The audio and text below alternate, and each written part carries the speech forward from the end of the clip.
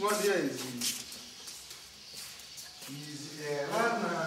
twakutom sajja wano yatta munne